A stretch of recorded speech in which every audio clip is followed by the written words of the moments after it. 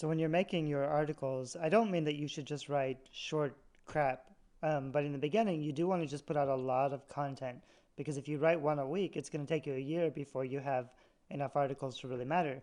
And Google rewards big sites that have a lot of content. So we're going to talk later about how you can partner with other people to make community sites to get more content up quickly.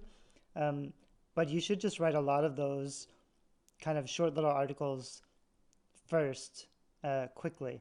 The other thing that's really interesting, actually, if you do use these and you write a bunch of articles, is that you'll be able to test which articles are most successful. So if you write 25 of these, then you can put them all out on Facebook and Twitter, see which one gets the most traction, like which one is the most exciting.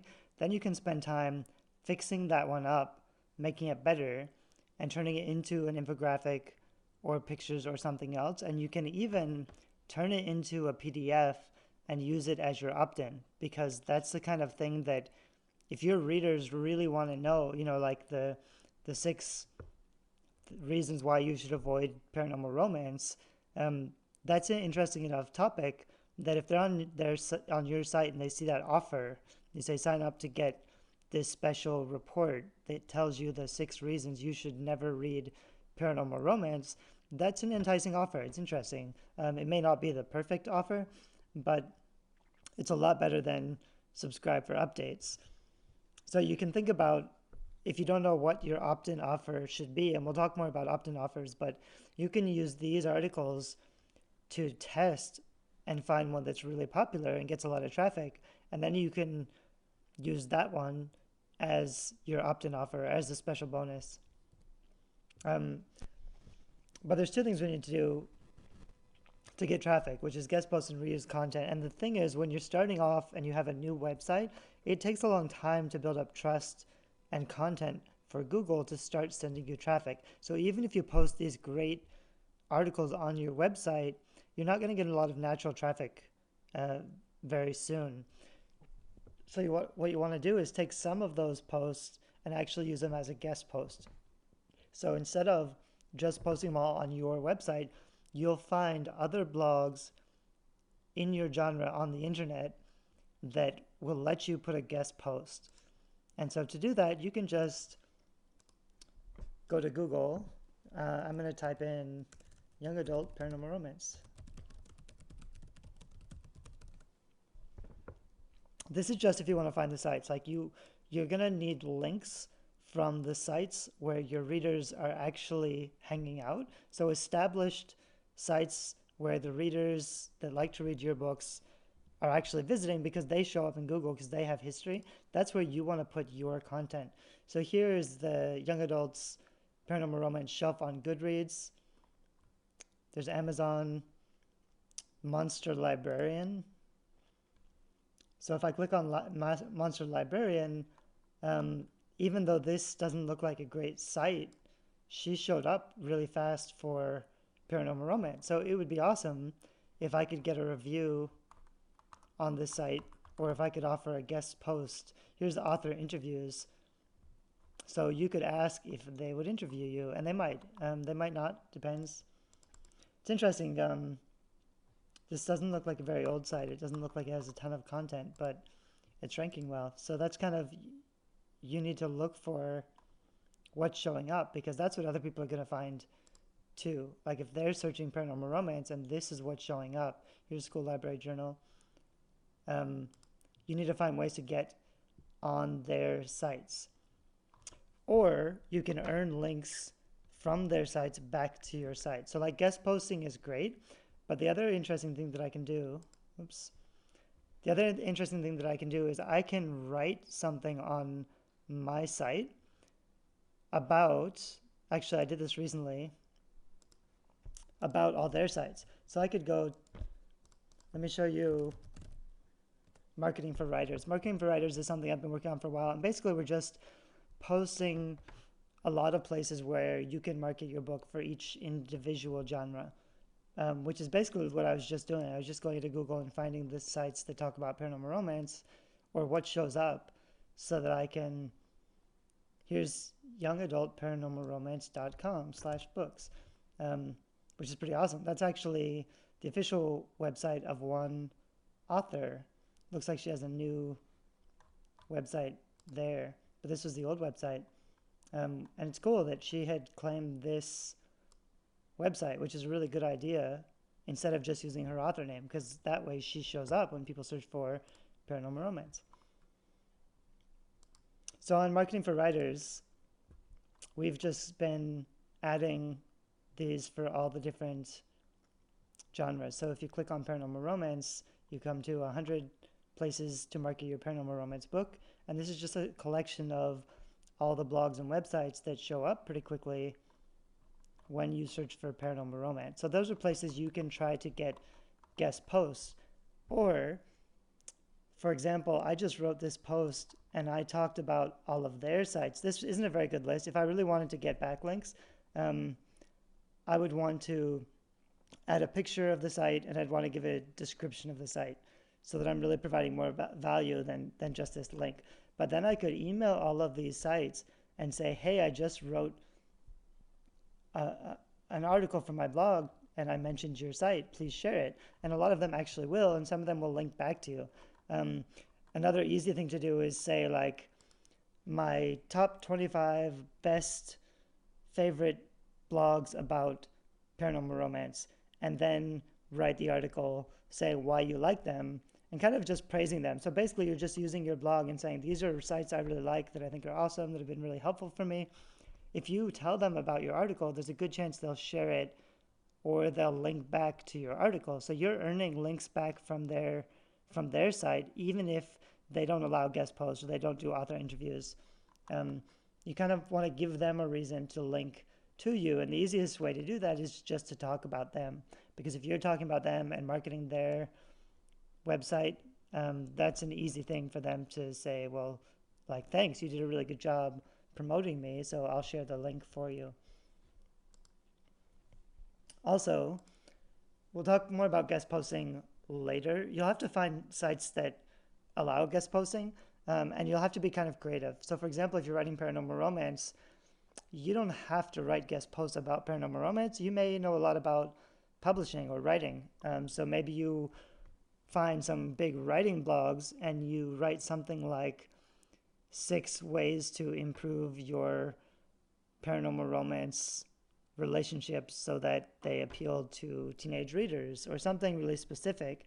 That's a really good piece of content that you can put on a writing website, which will bring you, it's not necessarily the right traffic because it's not really attracting the readers of that genre, but it's still good because it has links from an established website, and you'll get some traffic and people finding out about you. But the other thing you want to do is just reuse the content, which means after you've written your guest post or you've done the research, you want to turn it into a lot of different forms. I kind of like to, right now I'm just kind of starting with PowerPoints. So I'm making these PowerPoints in, not in PowerPoint actually, it's in Google Slides, because Google Slides is cooler and easier to use and I like it a lot. So in Google Slides, I'm making these PowerPoints.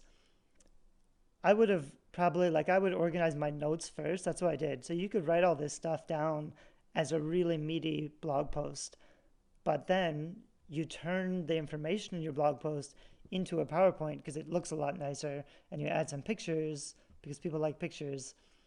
And then I can take this one slide and that can be one piece of content. So this one picture I could put on Pinterest, I could put on Instagram. I could divide this PowerPoint into like 15 different blog posts and just write about this one topic. I could also turn this entire SlideShare into one large infographic, or like I'm doing now, I could record it and turn it into a YouTube video or a bunch of YouTube videos. You want to break it up, because if you just post one massive like info dump, it's really just one piece of content. It'll be like how to build an author website, and that's useful, but you'll have a lot more luck if you break it into pieces and you just write about like how to use guest posts to grow your author platform. That's one piece. I can write 20 different pieces that are very specific on smaller topics that'll make it easier to get found. But then you want to put it, there's like 5 or 6 major sites. So I'll put my stuff on Twitter and Facebook, Pinterest. I don't use LinkedIn much, but I should. You can take all the same content that you wrote about on your website and just publish it on LinkedIn, on LinkedIn's Pulse. You can reuse the same article. It doesn't matter if you put the same article in different places.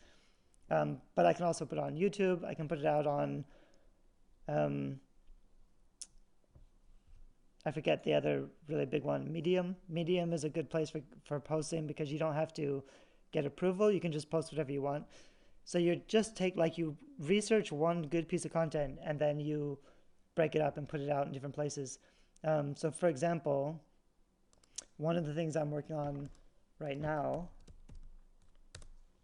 are some stuff for book butchers, because I have this editing website, but I don't actually do very much to promote it, and I need to get some backlinks and some more traffic. So I'll need to start guest posting about writing and editing on other writing sites, but I can also just make some really easy content about writing and editing.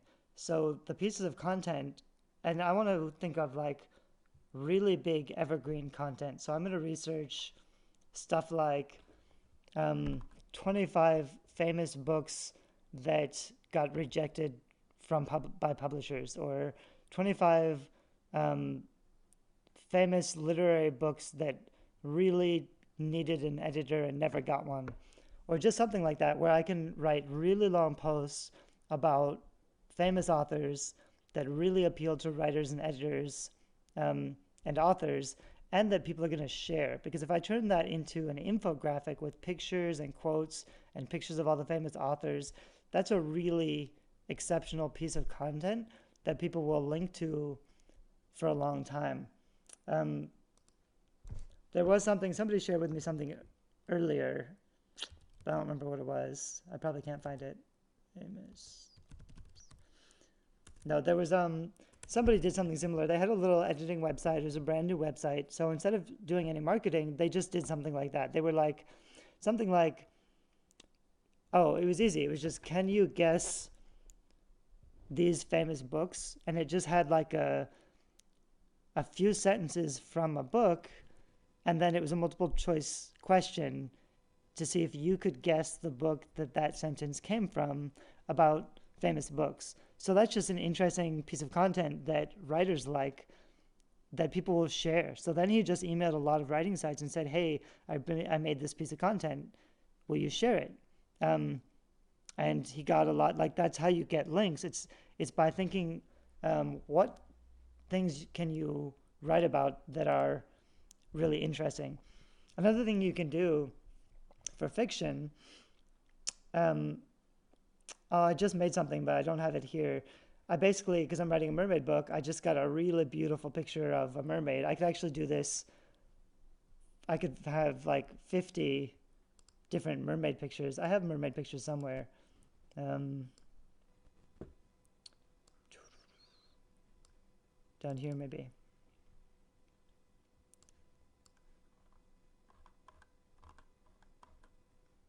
Anyway, I could find some really amazing mermaid pictures. These are Taylor Swift pictures because I was turning Taylor Swift into a mermaid like that for a website I'm making, which is possibly a book marketing strategy that I'll use, but I'm not totally decided yet because it's a little risky when you involve famous people. But I could just take this great art of mermaids, and I can take a quote from my book, and or a sentence, like a really powerful sentence, and I can just put the sentence on the art, and I can add the name of my book or my name. And that's a piece of content. I have already, if you've already written the book, you already have all of those words. But you can share that content all over the place. The other really easy thing to do actually is just,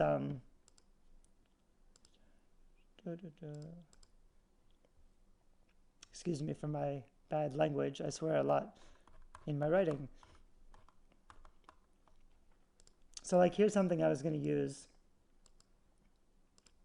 because it's just a nice kind of paragraph from my book that really represents like the chief core conflicts. But if you want a really easy way of making content, I'm just using Microsoft Word right now. So I just go into Microsoft Word and I'll choose a font and make it pretty. There we go.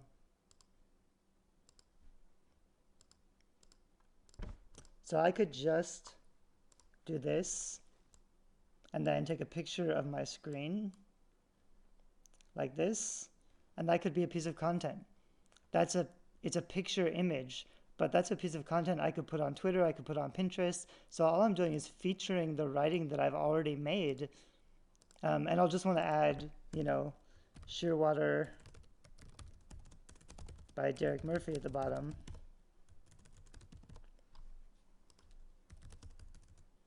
But I can put this on Pinterest, I can share it on Facebook, on Twitter. This is a really easy way to get your writing in front of readers to give them a chance to get into it. It would help if there was a picture, but there doesn't have to be. I mean, the nice thing about writing is that people love writing if it looks good. So you want to find a font that looks really nice and is easy to read, and possibly fits your brand or your website or your book cover or something. You don't want to make it too fancy or ugly or weird. So I'd probably just keep it really simple with a pretty straightforward font.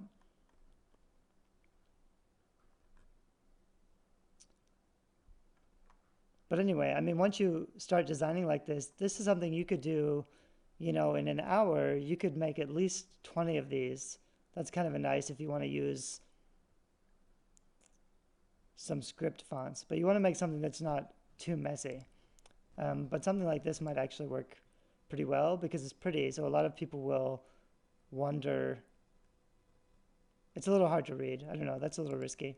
But anyway, you can find some nice fonts. You can just take a screenshot of this and turn it into basically an infographic, but something you can just share on Twitter and Facebook.